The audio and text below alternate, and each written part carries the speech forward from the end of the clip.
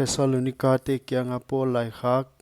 ni na bung thum sak dinga nget na atopenin unaute o topa thu no mau laka a om bang in khang a hi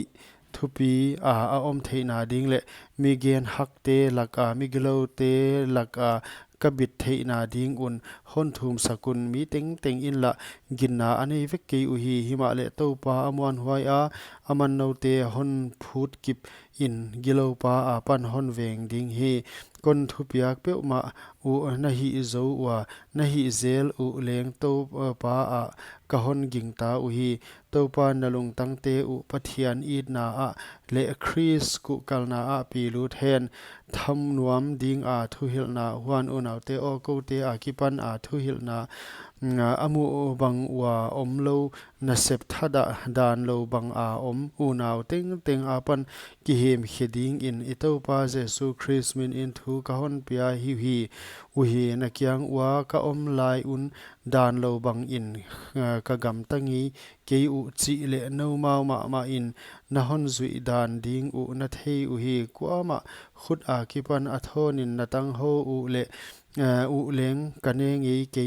u no te ka hon tuai luai saklo na ding un sun le zan a gim le tol tak a sem kom in kane zo zel u hi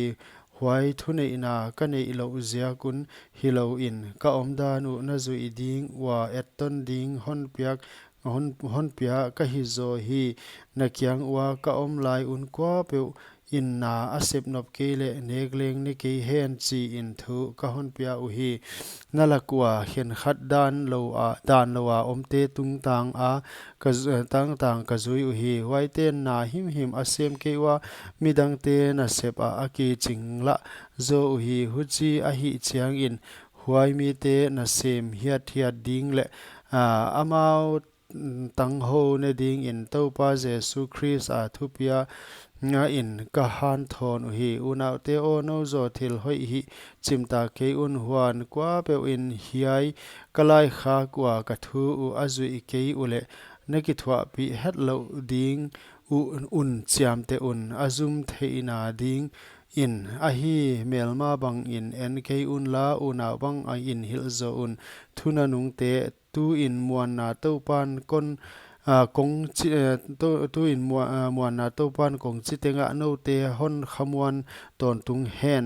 topa navek wa lak a om hen ke pol in keima khut a hiai chi bai bu na ka gel a hi hiai kalai khak ting a chiam te na a hi hi chi bang ka gel dan a hi to itopa jesu Christ happy na navek wa tung a om hen amen